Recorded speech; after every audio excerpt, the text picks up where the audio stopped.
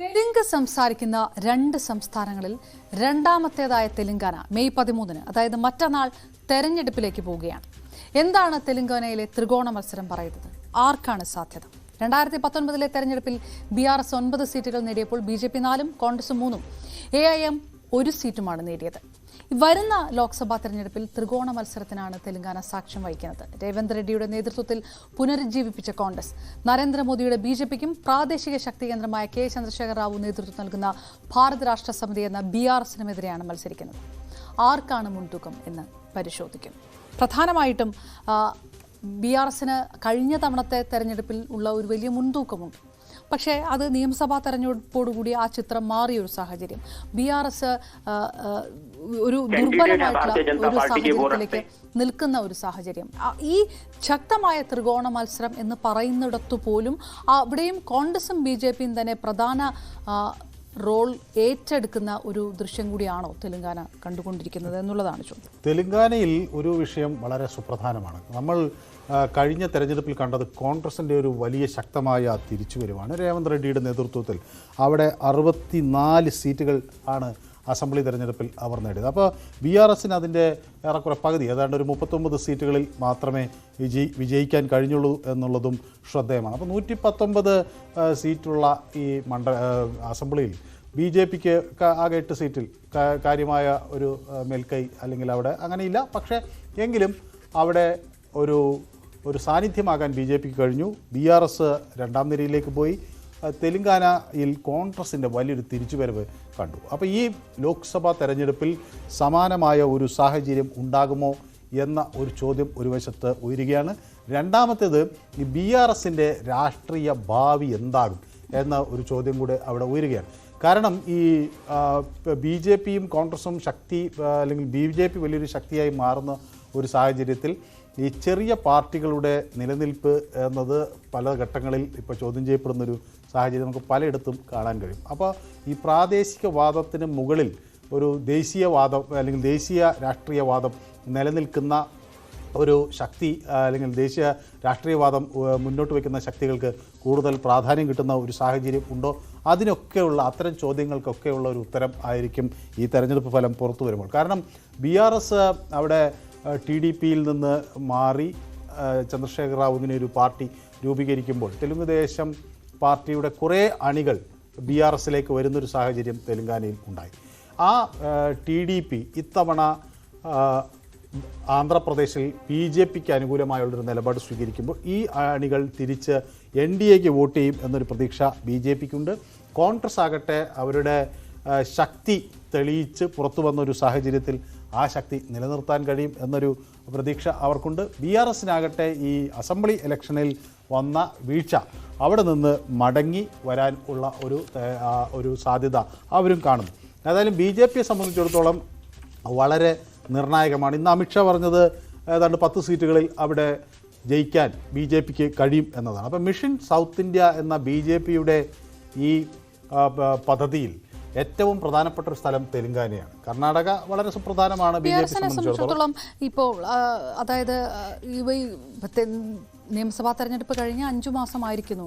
അതുകൊണ്ട് തന്നെ ഒരു പുനരുജ്ജീവനത്തിനുള്ള ഒരു സാധ്യതയുണ്ടെന്നുള്ള ഒരു പ്രതീക്ഷ BRS-നെ സംബന്ധിച്ചിടത്തോളം ഒരു വശത്ത് നിൽക്കുകയാണ്. പ്രത്യേക സംസ്ഥാനത്തിന് വേണ്ടി വാദിച്ച ഒരാൾ കൂടിയാണ് KCR. സോ ആ ഒരു തൻ്റെ സംഭാവനകൾ എന്താണ് എന്നുള്ള കാര്യം ജനങ്ങളെ, വോട്ടർമാരെ കൂടുതൽ മനസ്സിലാക്കിക്കാനും ഓർമ്മിപ്പിക്കാനും അദ്ദേഹത്തിനുള്ള ഒരു ചാൻസ് കിട്ടുകയാണ്. അതോടൊപ്പം തന്നെ അദ്ദേഹത്തിൻ്റെ മകൾ കവിത ഇപ്പോൾ ഡൽഹി മദ്യ കുംഭകോണത്തിൽ പങ്കുണ്ടെന്ന് ആരോപിച്ച് കസ്റ്റഡിയിൽ തുടരുകയാണ്. പക്ഷേ അതും രാഷ്ട്രീയ പ്രതികാരമാണ് അവിടെയും നടക്കുന്നത് എന്ന തരത്തിൽ കൂടി പ്രചാരണം മാറ്റാനുള്ളൊരു ശ്രമം BRS-നെ സംബന്ധിച്ചിടത്തോളം അങ്ങനെ ഒരു സാധ്യത BRS-ന് ഏത് തരത്തിലാണുള്ളത്? അതിനപ്പുറത്തേക്ക് ഇത് ദേശീയ തലത്തിലോട്ട് എത്തുമ്പോൾ കോൺഗ്രസിനും BJPക്കുമുള്ള ഒരു സ്വാധീനം BRS-ന് ഉണ്ടാകുന്നില്ല എന്ന് ജനങ്ങൾ തിരിച്ചറിയും എന്നാണ് കോൺഗ്രസും BJPയും ഒരുപോലെ ആവർത്തിക്കുകയും ചെയ്യുന്നത്. അങ്ങനെ പരിമിതമായി ചുരുക്കപ്പെടുകയാണ് അല്ലെങ്കിൽ BRS-ന് മുന്നിലുള്ളത്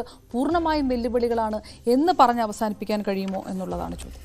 അല്ല, ഇതിൽ ഒരു കാര്യം വളരെ പ്രസക്തമാണ്. BRS-ൽ നിന്ന് പല ആളുകളും ഇപ്പോൾ ഈ കോൺഗ്രസിലേക്ക് 3 പ്രധാനപ്പെട്ട നേതാക്കൾ തന്നെ പോയി അവിടെ വന്നു. അതൊരു കോൺഗ്രസിന് കുറേ കൂടെ ഊർജം പകരുന്നു.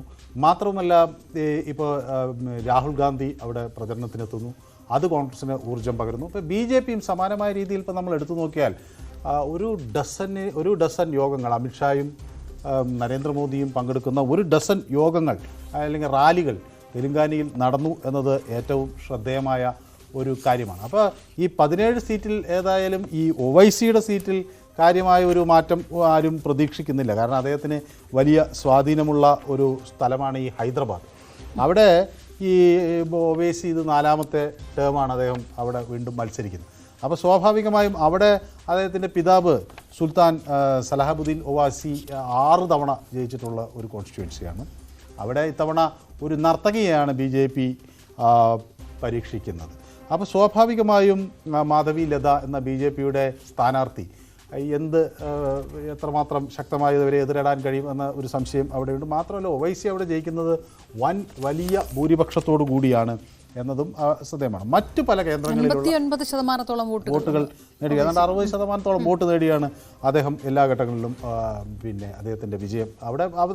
അവരുടെ ഒരു കുടുംബ സീറ്റ് പോലെ നമ്മുടെ നേരത്തെയൊക്കെ കോൺഗ്രസിലെ റായ്ബറേലിയും അമേത്തിയും പോലെ AIMIM അവരുടെ ഒരു കുടുംബ സീറ്റ് പോലെ കൊണ്ടു നടക്കുന്നതാണ് ഹൈദരാബാദ്. അതൊഴിച്ചുള്ള മണ്ഡലങ്ങളിൽ പലയിടങ്ങളിലും എന്തായിരിക്കും സംഭവിക്കുക എന്നതൊരു വലിയ ചോദ്യചിഹ്നമായി ഉയരുന്നു. ഒരു ന്യൂനപക്ഷത്തിൽ നിന്നുള്ള ഒരു സ്ഥാനാർത്ഥിയെ നിർത്തുക, മുഹമ്മദ് വല്ലുള്ള സമീറിനെ മത്സരിക്കാനുള്ളൊരു നീക്കത്തിലേക്ക് കോൺഗ്രസ് അവിടെ കടന്നിട്ടുണ്ട്. അത് ഒരു തരത്തിൽ ആ ന്യൂനപക്ഷ വോട്ടുകളുടെ ഒരു കേന്ദ്രീകരണം, കോൺഗ്രസ് കൂടുതലായി വോട്ട് വിഹിതം വർദ്ധിപ്പിക്കുക എന്നതെങ്കിലും കോൺഗ്രസ് ലക്ഷ്യമിടുന്നുണ്ടാകുമോ? അല്ല, കോൺഗ്രസിനെ സംബന്ധിച്ചിടത്തോളം ന്യൂനപക്ഷ വോട്ടർമാർ അവരുടെ കൂടെ നിൽക്കണം എന്നത് അവർ ഈ തെരഞ്ഞെടുപ്പിൽ പ്രതീക്ഷിക്കുന്ന ഒരു കാര്യം തന്നെയാണ്. പക്ഷേ തെലങ്കാനയിൽ മൊത്തത്തിൽ 9% ന്യൂനപക്ഷ വോട്ടർമാരുള്ളൂ. അത് പ്രധാനമായും ഈ ഹൈദരാബാദിൻ്റെ പരിസര പ്രദേശങ്ങളും കേന്ദ്രീകരിച്ചുള്ള ഒരു സ്ഥലമാണ്. അപ്പോൾ അവിടെ നമുക്കറിയാം, ഇപ്പോൾ ഈ ഹൈദരാബാദിൽ നോക്കിയാൽ അവിടുത്തെ ഹൈദരാബാദ് ലോക്സഭ കോൺസ്റ്റിറ്റ്യുവൻസിയിൽ ഈ ഗോഷാമഹൽ എന്ന് പറയുന്ന നിയമസഭാ സീറ്റ് ഒഴികെ മറ്റ് എല്ലായിടത്തും പിന്നെ AIM ആണ് ജയിച്ചിട്ടുള്ളത്. ഈ ഗോഷാമഹൽ എന്ന് പറയുന്ന ഈ സീറ്റിൽ മാത്രമേ ഒരു BJP സ്ഥാനാർത്ഥി അവിടെ ജയിച്ചിട്ടുള്ളൂ. അപ്പോൾ അതുകൊണ്ട് തന്നെ അവിടെ സുപ്രധാനമായി തെലങ്കാനയിൽ ആര് ജയിക്കുമെന്നത് നിർണ്ണയിക്കുന്നത് 52% വരുന്ന OBC വോട്ടർമാരും അതുപോലെ ഒരു 10-18% വരുന്ന ഷെഡ്യൂൾ വിഭാഗത്തിൽപ്പെട്ട വോട്ടർമാരും ആയിരിക്കും എന്നതാണ് എൻ്റെ ഒരു കണക്കുകൂട്ടൽ. സ്വാഭാവികമായും അതിനൊക്കെ അപ്പുറത്തേക്ക് ഈ ന്യൂനപക്ഷങ്ങളുടെ വോട്ട് കോൺഗ്രസിന് കിട്ടുകയാണെങ്കിൽ അതൊരു മുതൽക്കൂട്ടായി. രേവന്ത് റെഡ്ഡി നൽകുന്ന ഒരു ഊർജം സ്വാഭാവികമായിട്ടും കോൺഗ്രസിന് ഒരു വലിയ ഒരു പുനരുജ്ജീവനത്തിലേക്ക് നയിച്ച ഒരു നേതാവ് കൂടിയാണ്. നിയമസഭാ തെരഞ്ഞെടുപ്പിൽ ആ രീതിയിലുള്ള സ്വാധീനം ചെലുത്താൻ കഴിയുകയും ചെയ്തു കോൺഗ്രസിനെ സംബന്ധിച്ചോളം. അത് കോൺഗ്രസ് പ്രതീക്ഷിക്കുന്നത് 2019 ആ കണക്കുകൾ മാറും. 2019 3 എന്നുള്ള പരിമിതമായിട്ടുള്ള ഒരു സീറ്റുകൾ നിന്നാൽ അതിൽ മാറും എന്നുള്ളൊരു പ്രതീക്ഷ കോൺഗ്രസിനെ സംബന്ധിച്ചിടത്തോളം ഇല്ലേ പലയിടത്തും? അല്ല, സ്വാഭാവികമായും കോൺഗ്രസിന് വലിയ ഒരു പ്രതീക്ഷയുണ്ട് ഇപ്പോൾ പല മണ്ഡലങ്ങളിലും. പക്ഷേ ഇത് നമ്മൾ നോക്കുമ്പോൾ ഒരു പ്രശ്നം, കഴിഞ്ഞ ലോക്സഭാ തെരഞ്ഞെടുപ്പുമായി താരതമ്യം ചെയ്ത് നോക്കുമ്പോൾ ഈ BRSന് പലയിടങ്ങളിലും വൻ ഭൂരിപക്ഷം കിട്ടുന്ന ഒരു സാഹചര്യം ഉണ്ടായിട്ടുണ്ട്.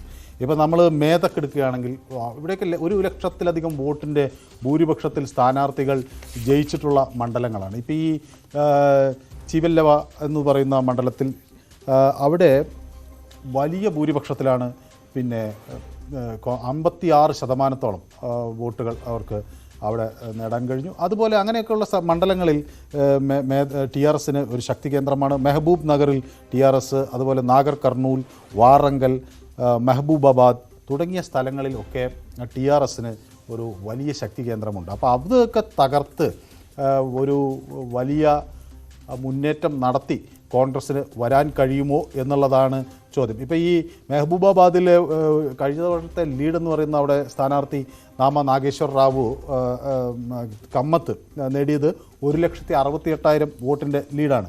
മെഹബൂബാബാദിൽ തെലങ്കാനയിൽ അവിടെ M കവിത എന്ന TRSൻ്റെ സ്ഥാനാർത്ഥി നേടിയത് 1,40,000 വോട്ടിൻ്റെ ലീഡാണ്. അപ്പോൾ അത്രയും വലിയ ലീഡുള്ള മണ്ഡലങ്ങൾ ഉണ്ട്. വാറങ്കൽ അവരുടെ ഒരു വലിയ ശക്തി കേന്ദ്രമാണ്. അപ്പോൾ നിയമസഭാ സീറ്റുകൾ നോക്കുമ്പോൾ അവർക്ക് അതിലൊന്നും പ്രതീക്ഷിച്ച വിജയം കണ്ടെത്താൻ കഴിഞ്ഞില്ലെങ്കിലും ഈ ലോക്സഭയിൽ കഴിഞ്ഞ തവണ അവർക്ക് വിജയം വന്നിട്ടുണ്ട്. അത് ആവർത്തിക്കാൻ കഴിയുമോ എന്ന ഒരു ചോദ്യം അവർക്ക് മുന്നിലുണ്ട്. അതേസമയം BJP സംബന്ധിച്ചിടത്തോളം അവർക്ക് ശുഭപ്രതീക്ഷയുള്ള ഈ ആദിലാബാദ് അവരുടെ ഒരു മണ്ഡലമാണ്. BJP സംബന്ധിച്ചോളം ഒരു ഇരട്ടാക്കത്തിൽ എത്തിക്കാൻ കഴിയും എന്നതാണ് അവരുടെ ഒരു പ്രതീക്ഷ. പ്രധാനമന്ത്രി നരേന്ദ്രമോദി ആണെങ്കിലും അതോടൊപ്പം അമിത്ഷാ ആണെങ്കിലും ഈ പ്രചാരണത്തിന് പ്രധാനമായിട്ട് മുഖമാകാൻ ശ്രമിക്കുന്നുമുണ്ട് തെലങ്കാനയിലെ പ്രചാരണങ്ങളിൽ. ആ തരത്തിൽ കൂടുതൽ പ്രചാരണങ്ങൾ നടത്തുമ്പോൾ നേരത്തെ പറഞ്ഞതുപോലെ കോൺഗ്രസ് ഒരു ന്യൂനപക്ഷ പ്രീണനം നടത്തുകയാണ് എന്നുള്ള വലിയ ആരോപണമൊക്കെ തെലങ്കാനയിൽ ശക്തമാക്കി കൊണ്ടുവരാൻ ശ്രമിച്ചിട്ടുണ്ട്. അതോടൊപ്പം തന്നെ ഈ പട്ടികജാതി പട്ടികവർഗ്ഗങ്ങൾക്കുള്ള സംവരണം ഇല്ലാതാക്കാൻ ശ്രമിക്കുകയാണ് കോൺഗ്രസ് എന്ന തരത്തിലൊക്കെയുള്ള പ്രചാരണങ്ങളൊക്കെ അവിടെ ശക്തിപ്പെടുത്തുകയാണ്. മോദിക്ക് ഗ്യാരണ്ടി എന്ന് തന്നെ പറഞ്ഞുകൊണ്ടാണ് ഒരു പുതിയ, എനിക്ക് തോന്നുന്നു രേവന്ത് റെഡ്ഡി കൊണ്ടുവന്ന പ്രധാനപ്പെട്ട പദ്ധതികൾ, ഈ നൽകിയ ഉറപ്പുകൾ, അതിനെ മറികടക്കാൻ വേണ്ടിയിട്ടുള്ള ഒരു പ്രചരണം, അതായത് പ്രധാനമായും പദ്ധതികളിലൂന്നിയും വികസനങ്ങളിലൂന്നിയും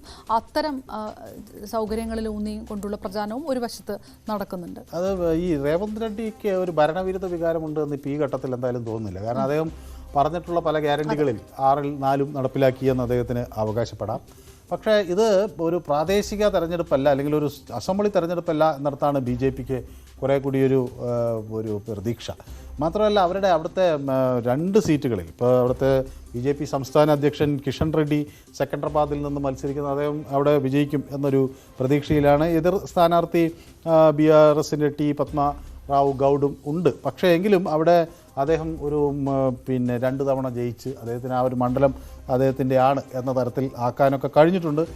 ആ സീറ്റ് നിലനിർത്താം എന്നവർക്കൊരു പ്രതീക്ഷയുണ്ട്. കരീംനഗറിൽ അവിടെ സിറ്റിംഗ് MP മുൻ BJP സ്റ്റേറ്റ് പ്രസിഡൻ്റായ ബണ്ടി സഞ്ജയ് കുമാറാണ്. അപ്പോൾ അവർക്ക് അവിടെയൊക്കെ ഈ സ്വാഭാവികം, അദ്ദേഹം അവിടെ 1 ലക്ഷം വോട്ടിനാണ് 90,000 വോട്ടിനാണ് കഴിഞ്ഞ തവണ ജയിച്ചത്. അപ്പോൾ അവിടെയൊക്കെ ഈ ആധിപത്യം തുടരാൻ കഴിയും എന്ന ഒരു പ്രതീക്ഷ BJPക്ക് ആ മേഖലകളിൽ ഉണ്ട്.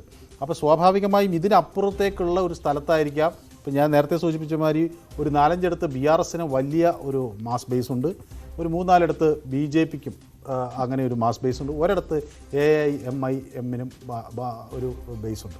ബാക്കി വരുന്ന കുറച്ച് സീറ്റുകളാണ് ഇതിൽ എന്താണ് നീങ്ങുക എന്നതിനെ സംബന്ധിച്ചൊക്കെയുള്ള തർക്കങ്ങൾ ഉണ്ടാകുന്നത്. വേണമെങ്കിൽ വലിയ ഭൂരിപക്ഷത്തിന് ജയിച്ചെടുത്തും ഇപ്പോൾ 2 ലക്ഷം വോട്ടുകൾക്കൊക്കെ അല്ലെങ്കിൽ 1,68,000 വോട്ടുകൾക്കൊക്കെ ജയിച്ചെടുത്ത് വേണമെങ്കിൽ മാറ്റങ്ങൾ ഉണ്ടാകാം തെരഞ്ഞെടുപ്പിനെ സംബന്ധിച്ചിടത്തോളം. ഇതൊരു ഡു ഓർ ഡൈ പോരാട്ടമാണ്. ഏതായാലും ഈ സമയത്ത് BRS എന്നുള്ളൊരു പാർട്ടിയെ സംബന്ധിച്ചിടത്തോളം, K. ചന്ദ്രശേഖർ റാവു എന്ന നേതാവിനെ സംബന്ധിച്ചിടത്തോളം ഒരു തിരിച്ചുവരവിനുള്ള അവസാന ഒരു ചാൻസ് എന്ന അദ്ദേഹത്തിന് പറ്റിയൊരു വലിയ പ്രശ്നം എന്താണെന്ന് വെച്ചാൽ ഈ മൽക്കാജ്ഗിരിയിൽ അവരുടെ ഒരു വലിയ പ്രതീക്ഷയായിരുന്നു ഈ സുനിത മഹേന്ദ്ര റെഡ്ഡി.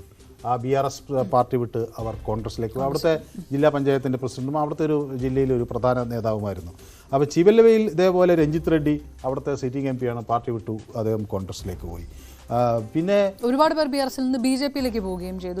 BJPയിലേക്ക് പോയി. ഇപ്പോൾ എലീല രാജേന്ദ്രൻ തുടങ്ങിയ നേതാക്കൾ അവരൊക്കെ BJPയിലേക്ക് പോയി. അവിടെ വലിയ ശക്തിമാന്മാരുമായി അവർ മത്സര രംഗത്ത് വരികയുമൊക്കെ ചെയ്തു. ഇപ്പോൾ വേറൊരു സാഹചര്യം നമ്മൾ നോക്കേണ്ടത്, ഈ BRSൻ്റെ ഏറ്റവും പ്രധാനപ്പെട്ട കവിത കഴിഞ്ഞ ലോക്സഭാ തെരഞ്ഞെടുപ്പിൽ തോറ്റു. അപ്പോൾ അങ്ങനെയൊക്കെ ഉള്ള സാഹചര്യങ്ങൾ BJPക്ക് മുന്നിൽ ഒരു പ്രധാന ഘടകമായി ഉണ്ട്. അതൊക്കെ എങ്ങനെ അവർ ഉപയോഗിക്കും എന്നതാണ് ഈ തെരഞ്ഞെടുപ്പിൽ അവരെ സംബന്ധിച്ചിടത്തോളം. ഏതായാലും 13-ാം തീയതി മറ്റന്നാൾ പോളിംഗ് ബൂത്തിലേക്ക് എത്തുകയാണ് തെലങ്കാന. ഈ ശക്തമായ ത്രികോണ മത്സരം, അതിൽ ആർക്കായിരിക്കും മുൻതൂക്കമെന്നുള്ളത് ജനം തീരുമാനിക്കുന്നത് ഇനി 2 ദിവസത്തിനുള്ളിൽ തന്നെ. കൂടുതൽ വിശകലനങ്ങളുമായി, കൂടുതൽ സംസ്ഥാനങ്ങളുടെ പ്രചാരണ വിഷയങ്ങളുമായി, വിജയ സാധ്യതാ വിശകലനങ്ങളുമായി നമുക്ക് PGF വീണ്ടും കാണാം.